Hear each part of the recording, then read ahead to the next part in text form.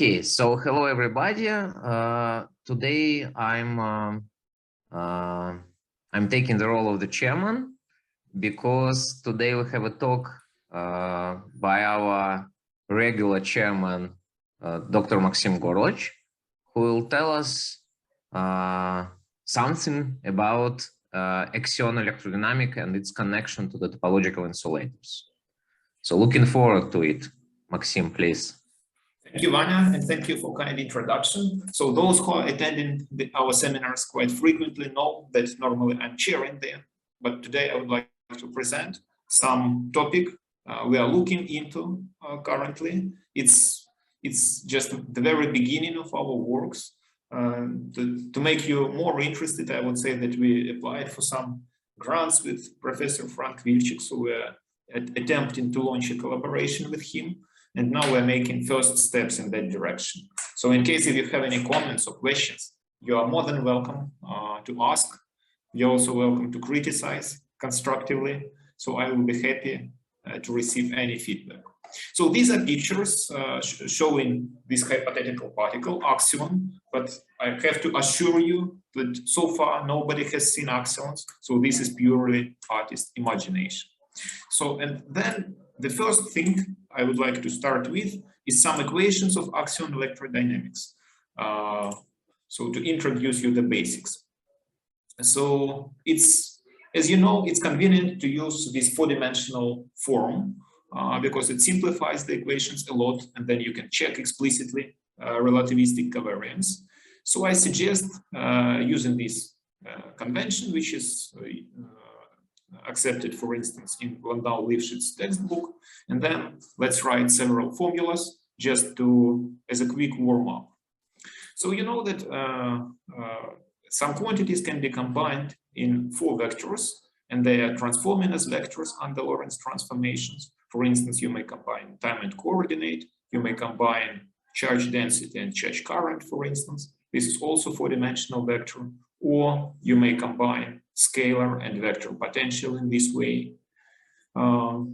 In the same way, you can show that the derivative with respect to time and spatial gradient also is transformed according to the Lorentz transformations as a covariant vector. So why this is convenient? Because you can simplify a lot of equations. For instance, well-known continuity equation, which you know from classical electrodynamics, takes very simple form in these four-dimensional notations. So we see that, let's say, you have this four vector and this four vector. So if you take their scalar product and keep in mind that upper and lower indices can be raised or lowered with the help of this kind of metric tensor, then we immediately see that this can be written in the form as d mu j mu equal to 0. So you can also construct some more complicated objects like second-rank tensors shown here. This is called field tensor, and it includes in itself both electric field and magnetic field. And you can also construct some dual pseudo-tensor, which involves the original electromagnetic field tensor and fully antisymmetric Levi-Schwitter symbol. So which is defined by the condition that for the sequence of indices 0, 1, 2, 3, it is equal to +1, and any permutation of the indices, let's say of this kind, gives -1. So why I'm repeating this stuff? Because it is useful in formulating the equations of Axion electrodynamics. And the convenient way to obtain field equations is provided by the least action principles. So those of you who are students, they probably studied theoretical mechanics and know least action principle for mechanical systems. However, it is also true for fields. So how do the people obtain these field equations via the rational principle? So they start by writing the action, which should be minimized, as an integral over the four-dimensional volume of some density of Lagrange function, or it is also called Lagrangian. So we know that the equations should be covariant under Lorentz transformation. And this means that L Lagrangian should be scalar. In this way, the action will be scalar, and then the equations which you obtain from the least action principle will satisfy the requirements of relativity. And so how then people construct the Lagrangian? They say, okay, what we have, what pieces we can use to construct this Lagrangian? Obviously, we can use vector potential, which characterizes our fields. We can use some current density, which also should somehow enter the equations. We can combine those tensors in such a way that we obtain scalars. And then if we write the first three terms, which are listed here, this corresponds to the conventional Lagrangian of classical electrodynamics, which is widely known. So once again, this part is corresponds to the Lagrangian of the free electromagnetic field. So this one, which I'm highlighting by yellow. Sound disappear. Okay, so can you hear me now? Okay. Yeah. Good. Sorry. So then the second part corresponds to the interaction of electromagnetic field with the currents, and this is exactly the second term. The third term corresponds to the Lagrangian of the matter. So some charged particles moving in the electromagnetic field, and this is the expression for the Lagrange function for matter. So this is indeed scalar because if you multiply, if you add dt here, this square root multiplied by dt will be equal to the differential of the time in the reference frame connected to the particle. So this is kind of well known, and that's how Landau and Lifshitz in the second volume start explaining classical field theory. But now one may ask the following question.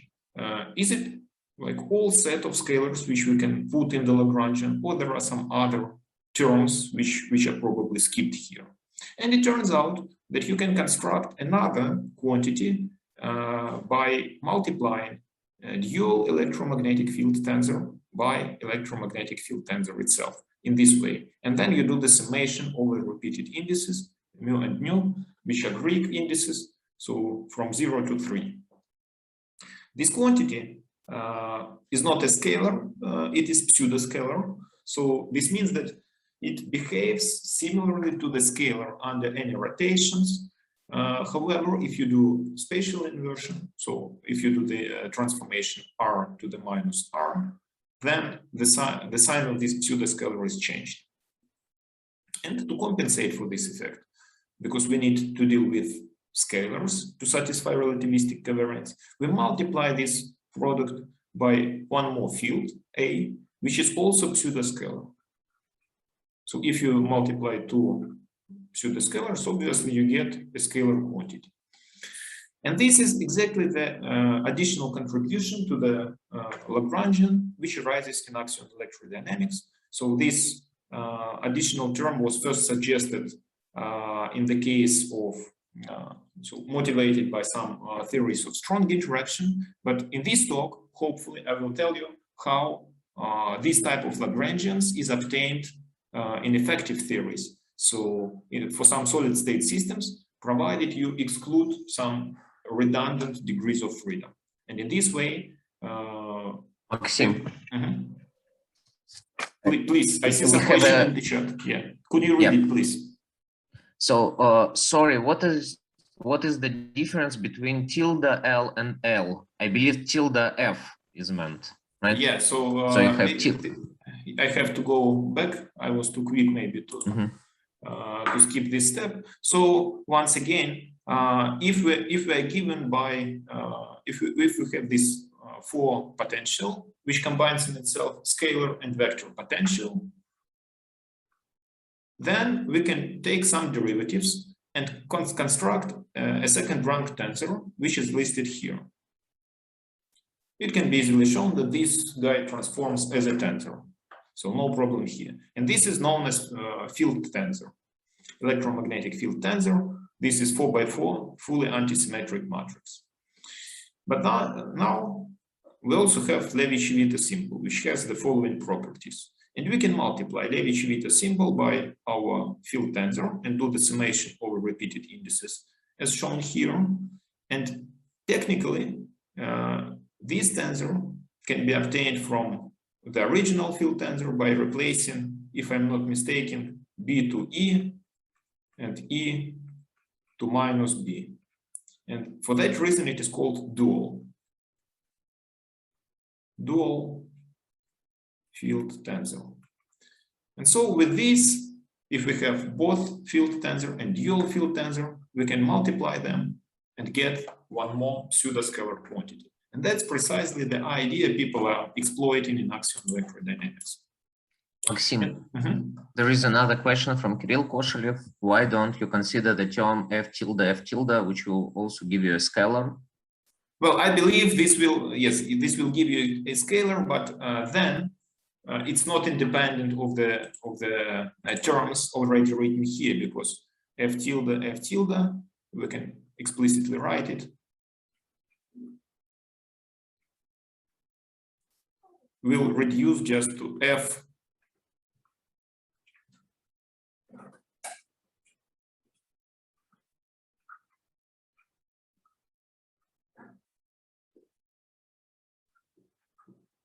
So first we substitute this property of just definition of our dual tensor. We have to be cautious with the indices because upper and lower ones are different. So we write it like this: alpha, beta, kappa, rho. And this guy is something like delta, alpha, kappa, delta, beta, rho, minus delta, alpha, rho, delta, beta, kappa. So at the end of the day, if you do all the calculations carefully, you get just this. So you do not get anything new here. It's just the same. That is why f tilde is not included in the Lagrangian. Thank you, Maxim. Sorry, we are like probably it's fine because yeah, it's totally fine. Yeah, please feel free to ask. We have a lot of questions coming. So there is a like continuing question from Dima. So where the term goes from? So like if you read the question in the chat, so is there any motivation for writing this term, or are these just symmetry considerations? Well, as I'm telling you the story to you, so we can write this term. So I'm writing because we can. But in the theory of strong interactions, there was some quite strong motivation why they added this term to the Lagrangian. This is outside of the scope of the talk, and I believe I'm not that good in strong interactions. And the second part of the answer is that we will see that this term is indeed obtained explicitly in the effective Lagrangian when you consider electrons in solids and integrate out all the degrees of freedom related to this solid. Yeah, and this we will see. But as of now, I'm just telling you that, believe me, we can add this term, and let's look what happens if we do that. Good. Some other questions? It seems that we can continue. Yeah, good. So let's move on. And then I have to explain the last term here, L with the index A. So this is basically the Lagrangian for axions themselves. These are particles.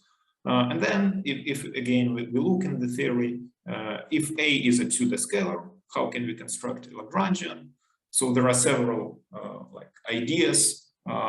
We include the derivatives, but not of so much, not of too high order. We have to obtain Klein-Gordon equation for axion field, and this really restricts the Lagrangian. And so the very conventional and standard form is looking like this. This is the Lagrangian purely for axion field.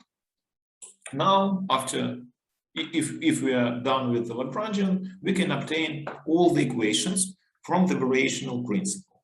How this is working? So we may consider some variation of the potentials, and then we get the equations for electromagnetic field. We can vary, for instance, axion field somehow, then we will get equations for axion field. finally, we can vary coordinates of the particles, and then we will get nicely equations of motion of charged particles under the action of the Lorentz force. So as you can see immediately, the coordinate of the particles, so the degrees of freedom related to the particles are entering this part, and they are also entering this part. But we do not have product of, so we do not have Axion contribution to these equations of motion. So there is a question from Dima. Yeah, Dima, please.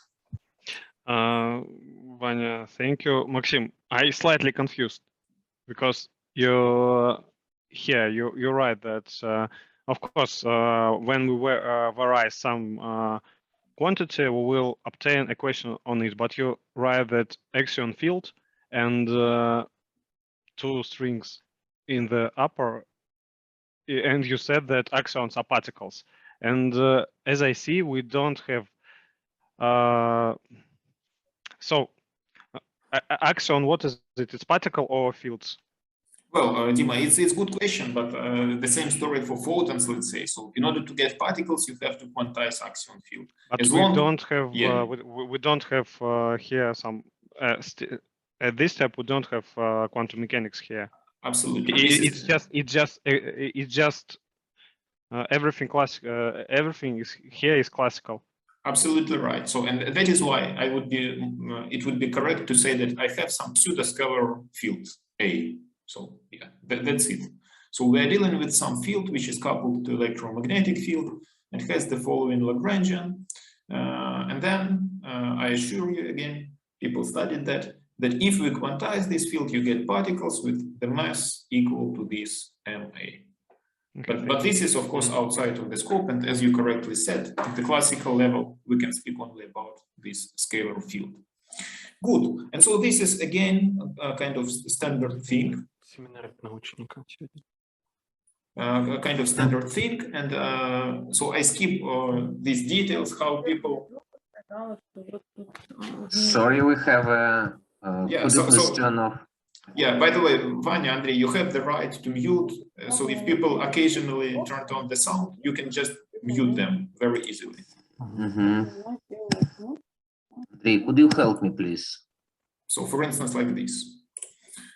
And then, so I'm skipping these details, how people derive the equations. The general recipe looks like this. You take some field variable, you look how Lagrangian depends on this field variable, take the derivatives, and you are done with the equations. So I believe we do not have to stick to this because this is not the central part of the presentation, and this is more or less technical. So this is kind of well established.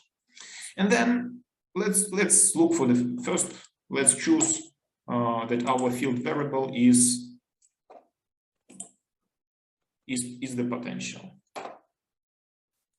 So let's take Q equal to A mu.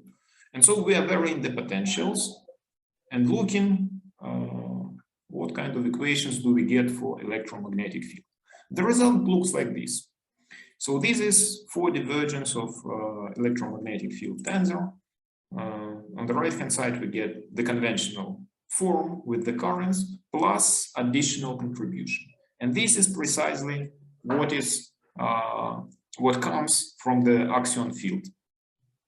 So obviously, and it is clearly seen from here, only changing in time and space Axion field can add anything new to equations of Axion electrodynamics, because we have this demu, so either change in time or in space. Something is happening with the sound. Is it good now? Yeah. Thank you. Something technical. Yeah, and so either changing in time or changing in space Axion field can generate this additional contribution. On the other hand, since we are defining fields in terms of the potentials, the second pair of Maxwell's equations, or maybe more precisely the first pair, it is called the first pair of Maxwell's equations, it is not modified. It looks like usual.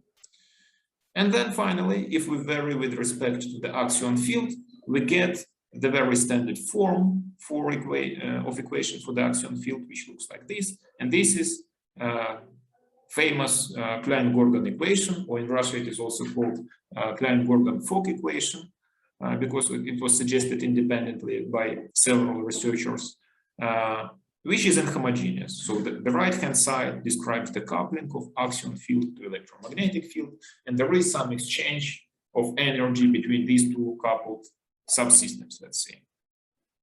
So the key point here, which I would like to highlight and stress, that only axion field, which varies in time and space, can produce some observable corrections to the equations of electrodynamics. If you have constant axion field, constant background, nothing changes. Absolutely nothing new. And this is one of the challenges.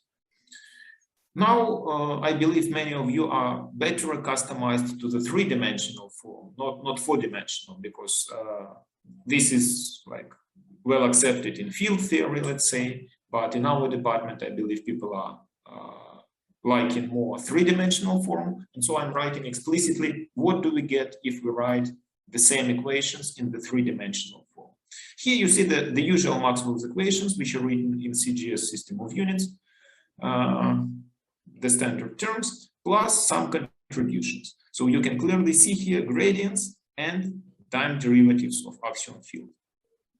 And actually, in those experiments which are searching for cosmic axions, so let's say true axion particle, which may be responsible for the dark matter in the universe, and which is heavily searched for decades nowadays, the main term which people are trying to detect is this one. So axion field oscillating in time multiplied by magnetic field can act as some current source. And this term is, by the way, I would say, for this effect, people are looking in alpha collaboration we are participating with, and this collaboration was inspired by Frank Wilczek. So this is the main, because searching for gradients of axion fields is somehow tricky, at least in cosmological, in this astrophysical experiments.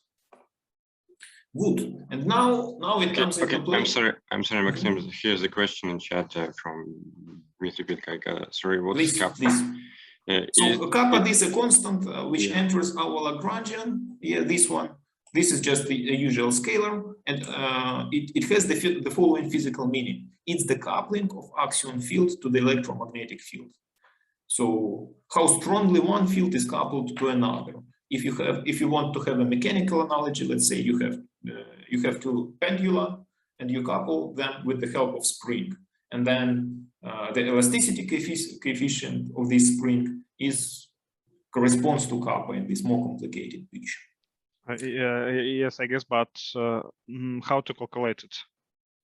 Yeah, that's a good question, because why people didn't receive Nobel Prize for axions and they didn't detect them? Because they know neither axion mass nor its coupling constant. And that's the challenge. Of course, there are some calculations they're trying to recalculate what should be the parameters of axion field in order to explain the observed amount of dark mass in the universe, but this is not very precise.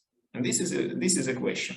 And that is why. So if someone knows what are the parameters of axions, for instance, if some bright theorist will suggest, then within a year or two, they will do the experiments and then either close this hypothesis or receive a Nobel Prize.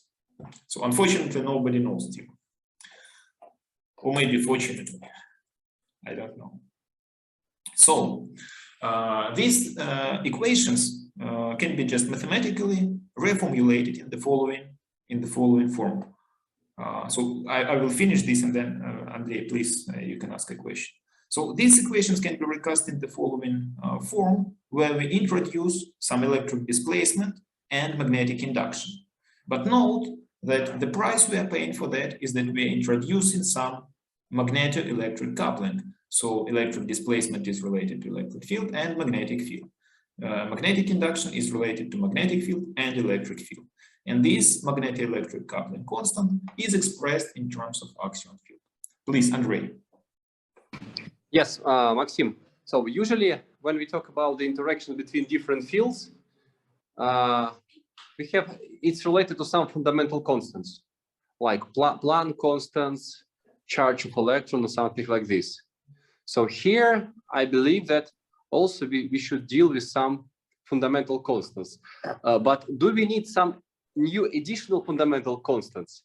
Or maybe we could combine some existing fundamental constants, like a speed of light, Planck constants, to show to characterize this interaction, this coupling. Thank you, Andrei. Very good question indeed, because we know that, let's say, in the case of quantum electrodynamics, this coupling constant is expressed in terms of so-called fine structure constant. Here, here I would say that theorists are expecting this kappa is orders and orders of magnitude lower. It is not known whether it is some fundamental constant or it can be expressed in terms of some other known, some other constants which are known to us. So it's a complete mystery again, and that is why the only thing which we have is some theoretical estimations. So people are trying to calculate what should be the value of this coupling constant to observe this amount of dark matter which we have, this dynamics of galaxies in the cluster which we have. So there are, of course, some bounds on the value of this coupling constant, and they are becoming, with time, they're becoming stricter and stricter, but unfortunately, no good guesses for it, as far as I know. Yes. And so these equations of Axion electrodynamics. Maxim, sorry, there is another question by Ivan Tovtul in the chat about what is Tellegen medium, Tellegen. Oh, I haven't spoken about that, so please let me go further. I will speak about Tellegen medium. So thanks, Vanya, for the question, and I'm moving further. So these three-dimensional equations can be formally recast in the following manner, where we introduce electric displacement and magnetic induction, and we are using formally this type of material equations. And so, as I already told you, we have some strange type of magneto-electric coupling, which couples magnetic field to the electric field and electric field to the magnetic induction or magnetization. And by the way, I'm teaching electrodynamics of continuous media at the third year, and then in my lectures, and it is also written in good textbooks, people know that this is so-called bianisotropic media, bianisotropic. And these bianisotropic media generally can be divided into two classes, depending on the value of this magneto-electric coupling constant. So the first case is that this magneto-electric coupling is purely imaginary. Let's say I will use some other letter. And these media are called chiral. Chiral media are around us. They are very common in biology. Let's say sugar molecule is the typical example. So in order to get chirality, you have to break inversion symmetry, and that's it. But from these equations, we see that this is unfortunately not the case, because this coupling constant is purely real. And these media with real coupling constant are known as non-reciprocal bianisotropic media.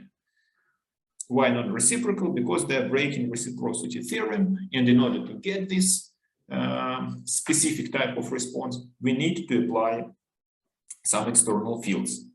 Generally, this coupling constant is tensor.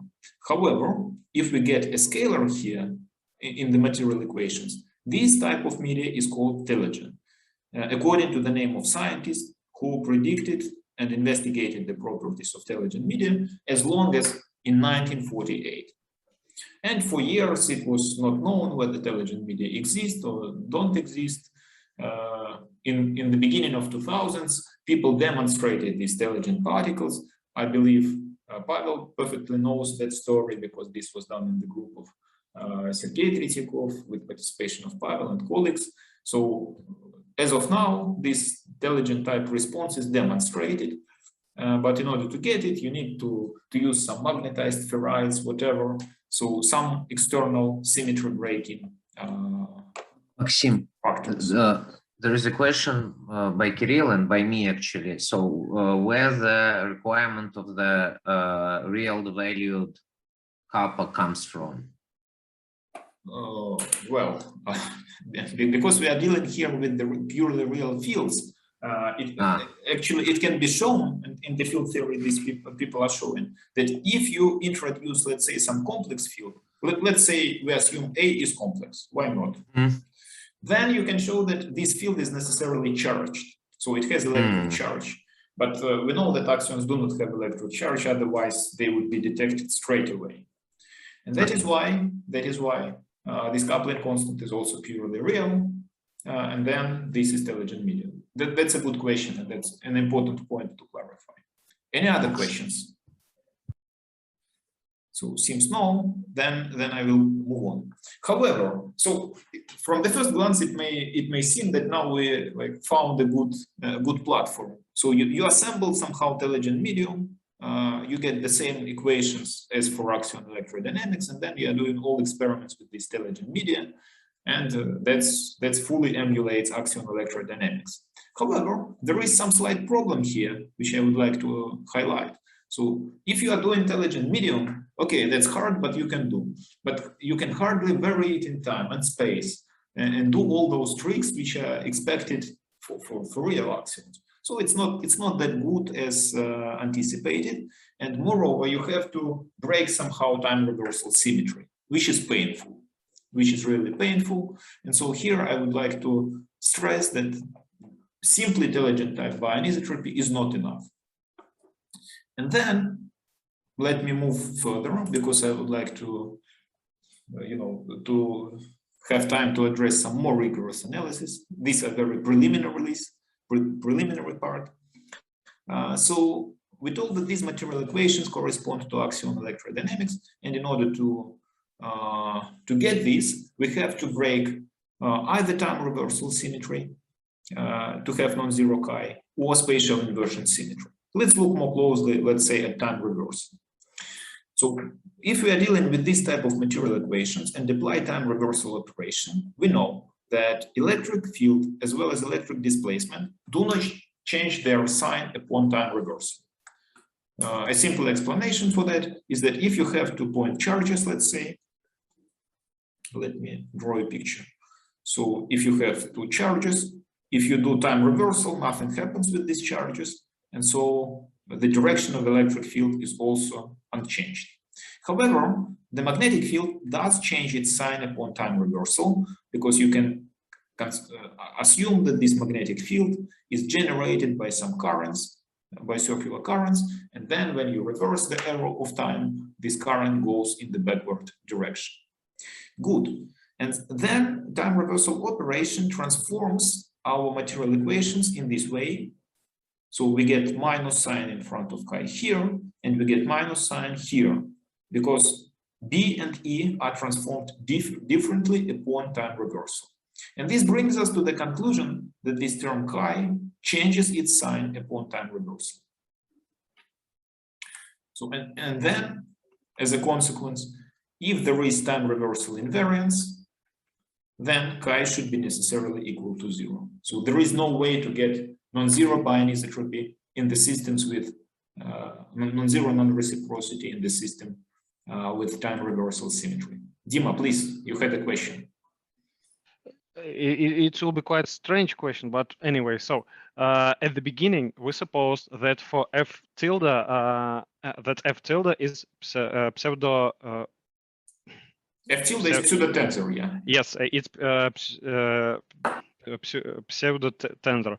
So at this step, you explained what will happen if we change E to electric field to magnetic and in opposite way. So it will change sign for one of component and won't change sign for another. And now I see that, okay, is it true that this time reversal for our chi, which originates from axion fields, is a direct consequence of that F tilde is pseudo tensor? Well, yes, these things are somehow related to each other, but you have to be cautious. So first I discussed this axion electrodynamics, and now I'm telling you, look, if we take some continuous medium, take these bianisotropic material equations, then we get something similar. And now we start to analyze what is the nature of this chi. And then you're absolutely right that pseudoscalar behavior of this Axion field is related to this strange behavior of chi. Yes, these are aspects of the same maths, I would say. Okay, thank you. Yes. Good. And then in a similar way, you can show that in order to have non-zero chi, you can also break somehow spatial inversion symmetry.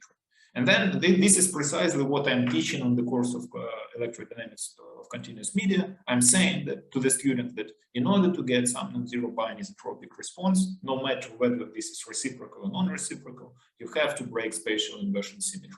If there is some spatial inversion symmetry, there is no way, unfortunately, to get bianisotropy. So that's what I'm telling to the students. And this seems fully obvious because you check the transformation of the fields upon spatial inversion. Again, here electric field changes sign, but magnetic field does not. Again, due to the same qualitative picture. And then you get these material equations, and you have to conclude that in an inversion symmetric medium, chi is equal to minus chi. So looks like very straightforward and clear. However, when I started to look in the literature, it turns out that there is some trick which allows you to get non-zero. And this is, I would say, one of the central points of this talk. So there is a trick how you can get non-zero chi in the inversion symmetric medium or in time reversal invariant medium. And this is really came as a surprise for me. It was hidden deeply below the math, so I had to read really super theoretical papers to get through the derivations. But in the essence, the idea is following. Imagine that this magneto-electric coupling constant is not like defined as usual, but it is defined only up to some quantum. It is defined modulo chi zero, in the sense that magneto-electric response with the constant chi is in some way equivalent. I will explain how this happens to the magneto-electric response with the constant chi plus chi zero. So as of now, let's imagine that this is the case. Somehow you have the equivalence of these two situations. Then the only thing which is required by time reversal invariance is that chi is equal to minus chi, but modulo this quantum. We will discuss what is the value of this quantum. As of now, just the core idea. And then from this equation, you can get that chi is equal to chi naught n divided by 2 for any arbitrary n, which can be equal to 0, 1, 2, 3, and so on. No problem. But this gives you basically two options. Either you get magneto-electric coupling constant equal to 0, as previously, so nothing interested here. But if this integer n entering this equation is odd, you can get chi equal to chi 0 over 2, so some non-zero magneto-electric coupling. And this is precisely the case of the so-called Axion topological insulator. So what are the necessary ingredients of Axion topological insulator? Once again, so you have to ensure that the magneto-electric coupling is not just a continuously varying constant, as we customized to in the field of metamaterials, but this can take only some quantized values. So it is defined some modulo some quantum. This is first thing. And then if this is the case, you can get this non-reciprocal magneto-electric response without breaking time reversal symmetry. So this is the key point. If someone has any questions or comments, or maybe wants to criticize, please. So this is one of the central points. And then I will go to the maths and bother you with some derivations a little bit, if the time allows. Sorry, is there a simple explanation? How could it be defined like a modulo? Yeah, that's a good point. Thank you, Christian. So now let me explain this a little bit more. So as I told you previously, magneto-electric coupling, if it is uniform in the entire medium, it cannot be detected because it gives you the same equations, the same Maxwell's equations as in the absence of bianisotropy. So you remember that Axion electrodynamics contains the terms like the mu A. So if nothing varies in time or space, then you get the same equations. So in terms of bulk properties, if you look in just at the dispersion of the modes, let's say you are measuring some bulk quantities, then you cannot get anything. You cannot conclude what is the value of chi.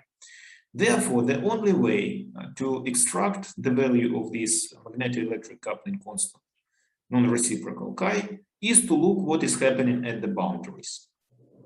And then it turns out that if you measure, let's say you consider the currents which are induced by some field, you are measuring some conductivity, and then these surface layers can be presented, how to say, as a sum of two. So one of them is manifestation of this chi plus the usual quantum Hall effect, which I will discuss just at the next slide.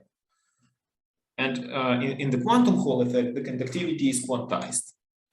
So since you cannot fully discriminate what comes from the quantum Hall effect at the surface, what comes from the bulk properties, so you have this ambiguity, then this gives you some uncertainty, or so the value is chi, or the value of chi is defined only modulo chi zero. So this is my answer, and to give more details I have to move forward maybe. And maybe the last thing which I would like to stress at this particular slide is that once you get quantized behavior of some macroscopic quantity, this is obviously related to topology. No way to get rid of topology if you are dealing with the quantized behavior at the macroscopic level. And this brings me precisely to the next slide. So first, I would like to discuss a bit topological nature of quantum Hall effect, which is simpler, which is described by the usual Chern number, and hopefully in the remaining, let's say, 15-20 minutes, I will be able to explain you this. And then by analogy, I will try to proceed. So let's switch the gears a little bit and consider some solid state system. We have some Bloch electrons moving in a solid. They are described by some instantaneous eigenstates, some time-dependent Hamiltonian, which can be related to the external driving, some field varying in time, and so on. And so our eigenstates, due to this, also become time-dependent, because the Hamiltonian itself varies, so its levels are also varying with time. And but you know that in quantum mechanics, we can choose the gauge as we want. And then we prefer to choose this gauge. So time derivative of our eigenvector multiplied by the eigenvector itself gives us 0. Why not? We can choose any gauge at our choice. And now let's look what happens with the we have some state which is very close to, or we can consider that at the moment of time 0, psi 0 is equal to un, and then track what happens with this state with time. Andrei, please, you had a question. Yeah, I have a silly question that you gauge that you choose. Yeah, this time derivative and just a vector. It's very similar to the definition of Berry phase. Yes, it's similar. Yes, we will see. Yeah. Is it related to Berry phase somehow? Do you think about this? Well, you will see, but as of now, I hope you agree that we can choose this gauge, because at any moment of time t, I'm free in the choice of my phase of the wave function. So I can choose this alpha. Yes, we can. And then to simplify my life and to to fit within 1 hour, I'm choosing this gauge. Yeah, it's like this. So how does the wave function evolve? Good. So how do I solve this question? I present the wave function in the following form: some superposition coefficients, exponential terms times basis vectors, and this an is the dominant coefficient because I consider the system which starts the evolution from this particular eigenstate. So this is the dynamic phase, which I include by hand. Why not? Because this is some coefficient. This is dynamic phase, this is my eigenstate. And then I substitute all the stuff into the Schrödinger equation. I believe this is obvious. I act by the Hamiltonian operator, get some energy here. Then I do some maths, solving this Schrödinger equation, and I get temporal dependence of my superposition coefficients. And due to my assumption, due to the gauge which I chose, I simplify a sum, so some of the terms are dropping out of the sum. Good. At this stage, seems like did some maths, received some formulas. Why not? Then I have to make the next assumption. The idea is that the Hamiltonian and the eigenstates are varying relatively slowly if compared to the conventional dynamics described by this dynamic E over h bar. So these oscillations related to the dynamic phase are quite rapid, and the evolution is quite slow, or in the other words, adiabatic. This is precisely the term which people use in quantum mechanics. So if this is the case, I can simplify the equations. So I'm keeping only the dominant term on the right-hand side, since among all these superposition coefficients, Am was the closest to 1, I just keep only one term here. This is rapidly oscillating dynamic phase, and this is slowly varying. Then when I take the integral, I have to integrate only rapidly varying dynamical part. And if I do this, and if I remember about initial conditions, throw out, like consider the stationary regime when the initial conditions are somehow not important, I get the following expression for the wave function. So let's look at the expression and then try to understand the physical meaning. So what happens? If I'm modulating my system in time, my system lives not only in the eigenstate un, but it also somehow populates some other eigenstates.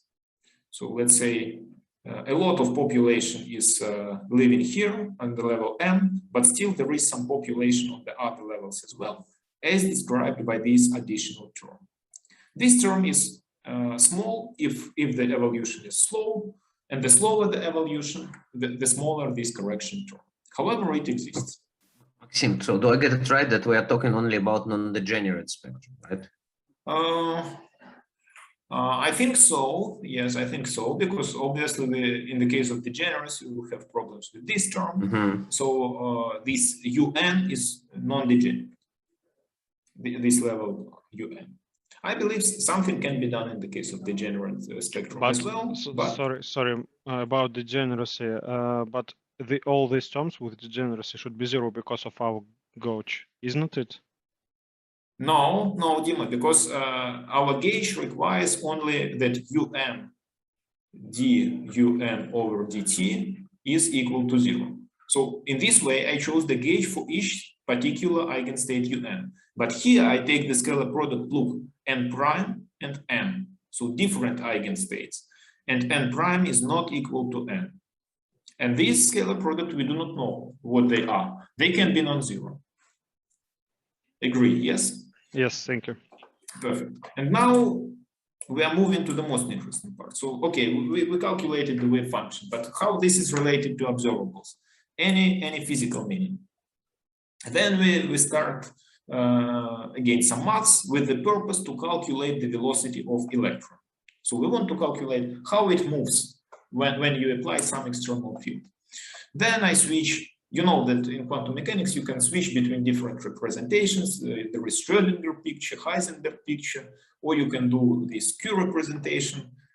Why do we need that? Because we have Bloch theorem. Bloch theorem tells us that the wave function is equal to some periodic part times exponential e to the iqr.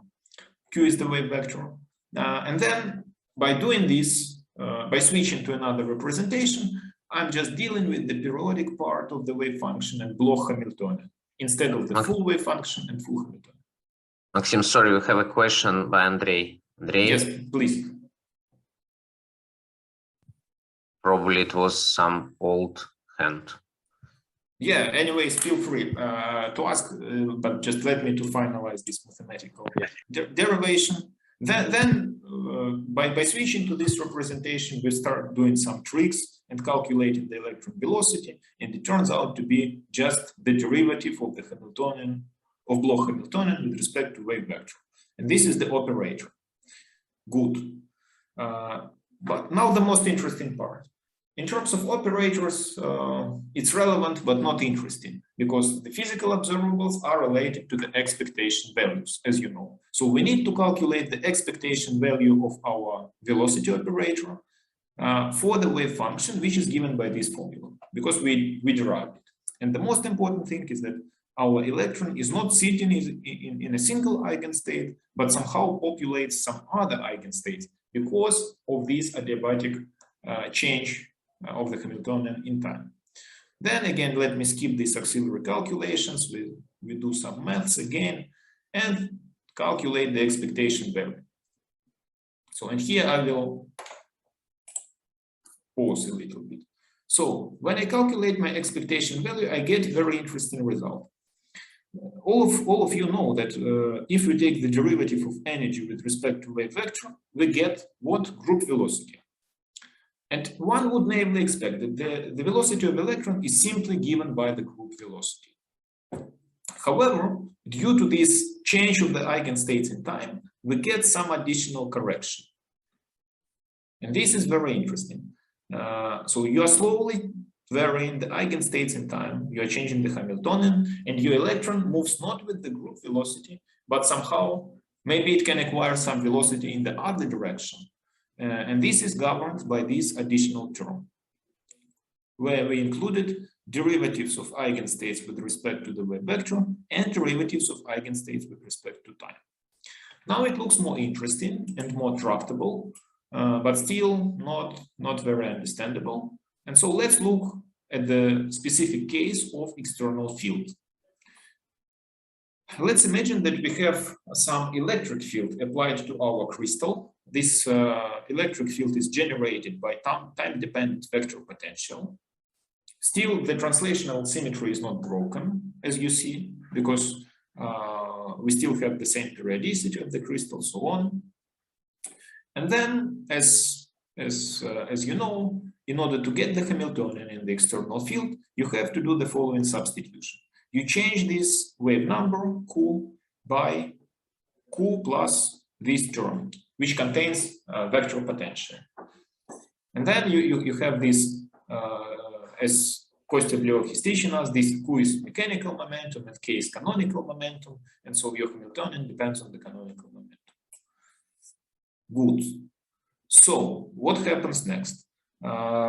In this situation, the derivative of u with respect to Q and T, which are entering this formula, can be readily calculated as just by the conventional formulas from mathematical analysis. And you see that the time derivative of u includes electric field, which is already promising. So I go back to this formula, substitute all these derivatives here, and then do some rearrangement and get this expression, which is even more understandable. So the additional correction to the group velocity is given by some antisymmetric tensor, which is specified here, multiplied by electric field. And as you see, the velocity acquired by the electron is not parallel to the applied electric field, which is very interesting. So not parallel. Good. Now, single electron is not something which you can access experimentally. This is hard. Therefore, it's more interesting to calculate the current. Here I provide some auxiliary formulas for this omega ij. This is antisymmetric tensor, and it looks like very similar to the strength, to the field tensor in electrodynamics. So you can represent it as derivative with respect to Ki of some potential minus derivative with respect to Kj of some vector potential. And this vector potential Andrei was asking about, this is called Berry phase, this one.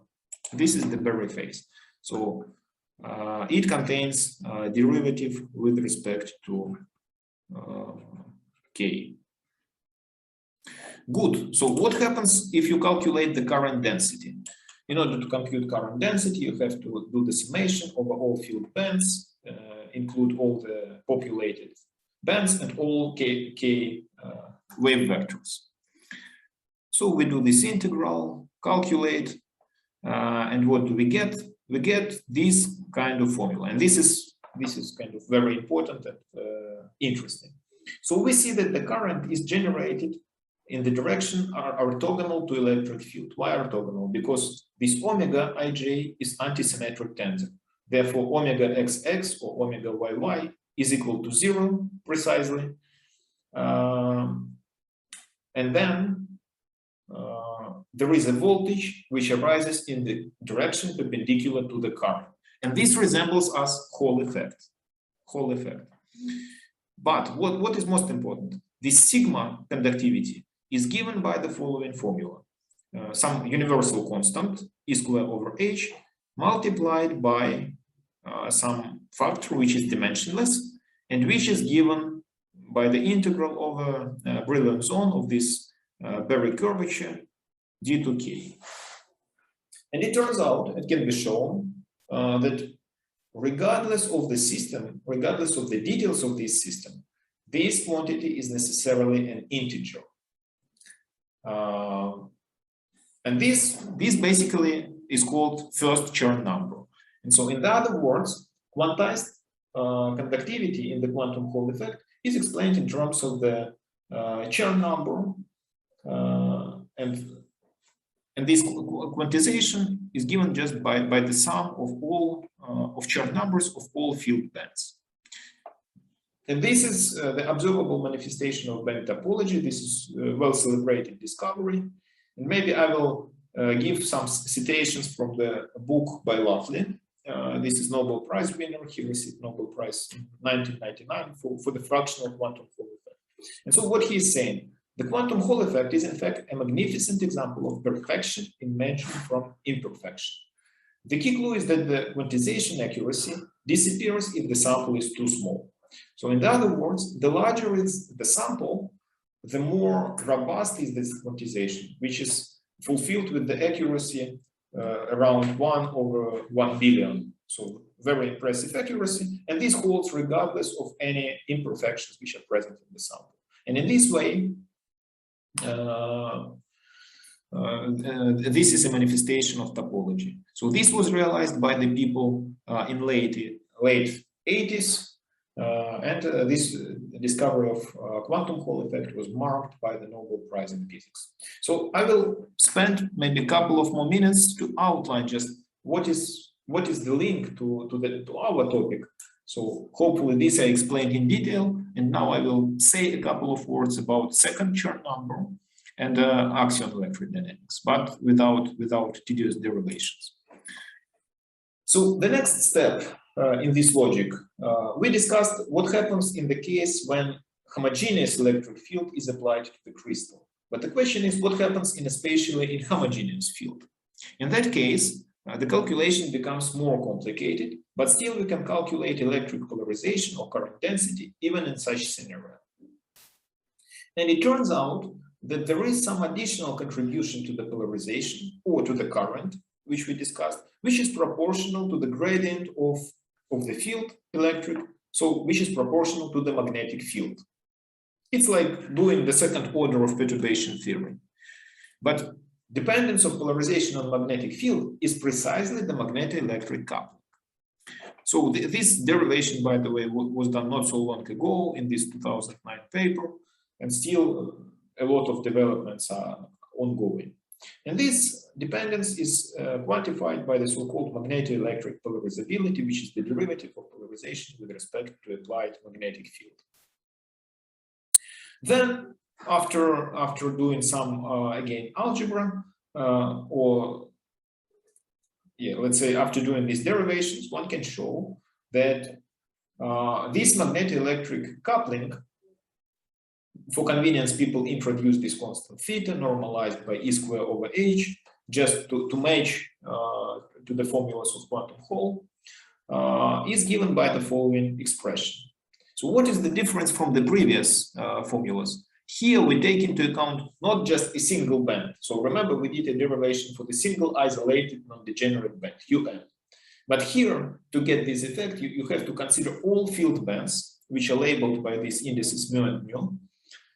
And then you construct not a scalar quantity, but a matrix. So you get non-abelian Berry connection, so to speak. Because you have two indices, this is a matrix. And then you have to construct this form, which is known as second Chern-Simons form. So mathematicians have derived it. In the case of physical setting, this is quite complicated to obtain. And then we get this integral, which quantifies magneto-electric coupling in our three-dimensional system. And again, this theta is defined modulo 2 pi. Why 2 pi? Because we chosen such normalization here. And then we get two options, as I announced to you in the previous slide. So we can get either theta equal to 0, trivial insulator, or pi. And this is exactly Axion topological insulator. So you get non-vanishing magneto-electric coupling, non-reciprocal, even if the time reversal symmetry is fulfilled. So you can get this type of topology also in the case when inversion symmetry is not broken.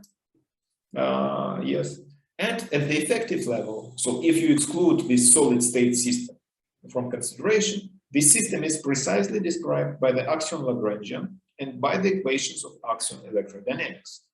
And recently, just in the end of 2020, people have reported the first solid state realization of Axion topological insulators, which is, well, I would say a special topic to understand how this works.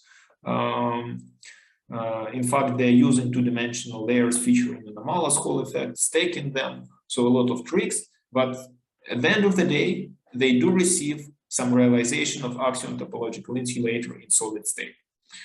But so far, people did not realize Axion topological insulators, let's say in photonics. And that's maybe a task we are aiming to do with Professor Wilczek, if we will succeed, of course.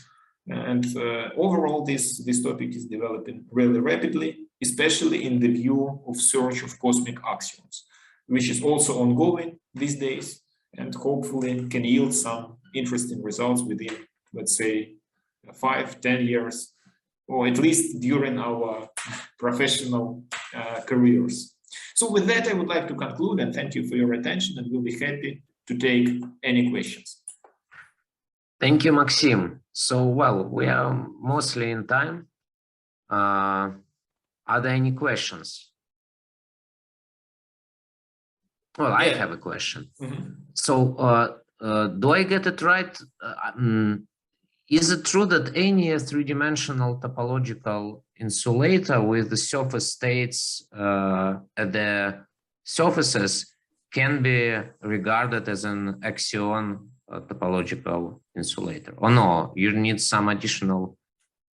Good question, Vanya, thank you. So first of all, to identify this three-dimensional structure as an Axion topological insulator, this should be so-called strong three-dimensional topological insulator, which hosts the states at all surfaces, not at a single one or not at selected ones as weak topological insulator. This is the first part.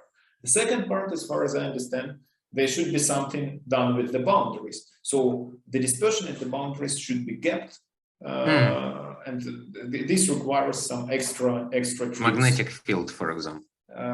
Yeah, one of the options, or maybe some constant magnetization.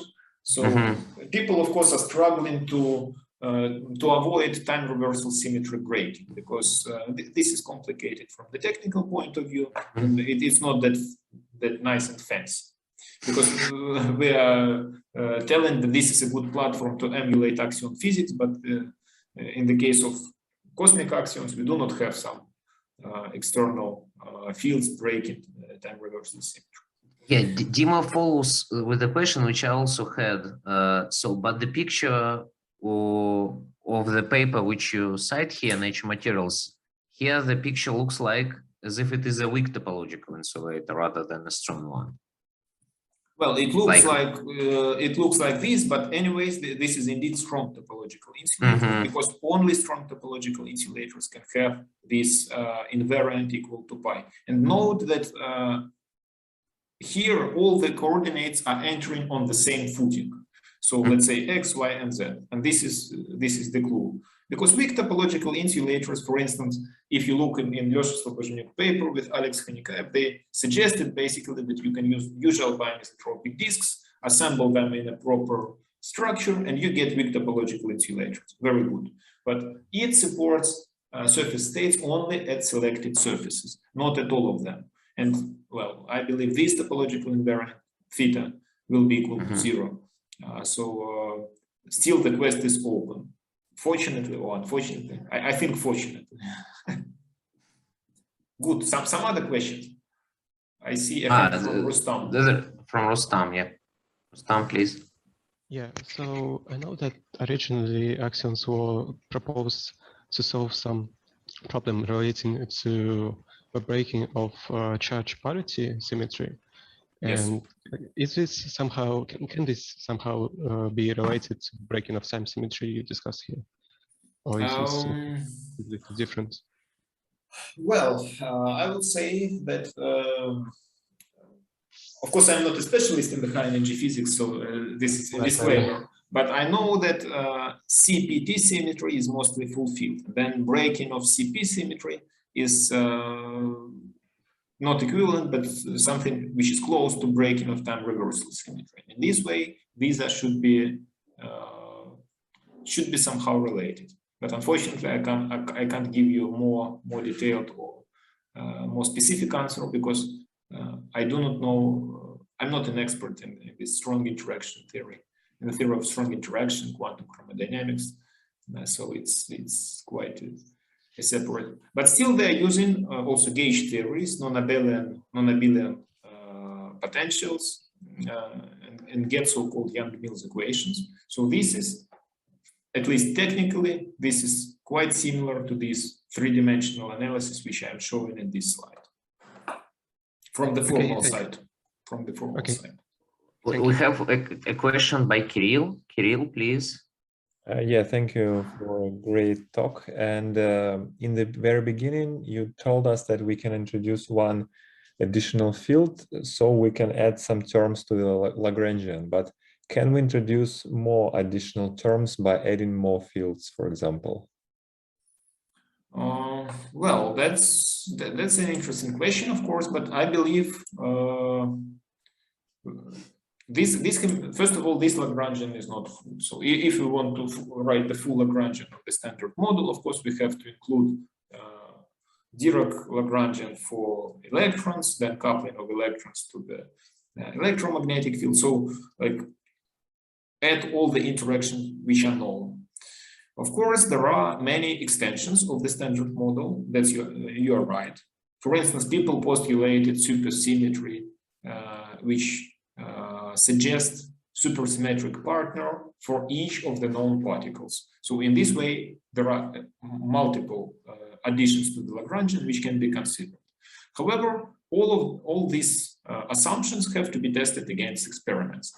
And one of the results of the work of Large Hadron Collider was the fact that they excluded a lot of supersymmetry theories. For example, when I was doing my bachelor in the theoretical physics, we studied the supersymmetry theories, spent some time on that. Personally, I didn't understand too much, unfortunately, even though I was not that bad student. But luckily, those theories didn't succeed. So the short answer is that yes, you can write a lot of additional terms, but experiment does not support these additional corrections. May I a little clarify my question? So here, as if I understood you correct, you said that we need a scalar Lagrangian. So these terms are the only ones we can construct using the fields F and F tilde. So from this mathematical point of view, can you construct more terms, or you need some additional assumptions about Lagrangian to do this?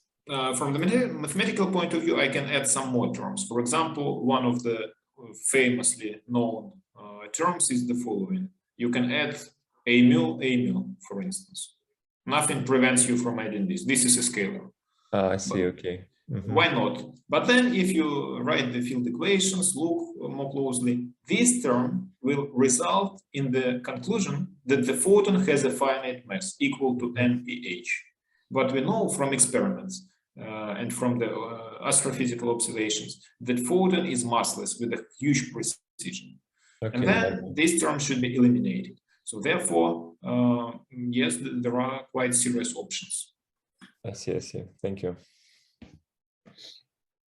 Okay. Well, I have just one more question. I'll use my privilege as a chair. So here you started from the Axion dynamical fields, right? But Yes. Do I get it right that in the case of condensed materializations, these chi terms are kind of just static parameters of the system? So can you make them dynamical in some way? Perfect question, Vanya. Very timely question. Indeed, due to this, see, if you want to ensure time reversal symmetry, we get this quantized magneto-electric coupling, and then you are stuck to this pi value of magneto-electric coupling constant, and in this way, it doesn't vary in time. However, the option which we have in solid state, you can easily do variation in space, because you can imagine the interfaces of this strong topological insulator with some other type of structure. And then there will be some surface manifestations of these physics. For instance, one of the observable effects predicted for such systems is quantized Faraday rotation. And all this fascinating stuff originates from other corrections of Axion electrodynamics, which I have to highlight here. So you see that equations also contain the gradients. And these gradients, this is precisely what we can probe in condensed matter settings. Cool. Yeah. Thanks, Maxim. Thanks a lot. So thanks for coming, and let me announce the next seminar, which will be held in a week. So we are listening to our PhD students, Kristina Flizyuk and Daria Dolinina, so it's PhD attestation. So see the news in the newspaper and stay with us. Yeah. Okay. Thank you. Bye-bye. Thanks.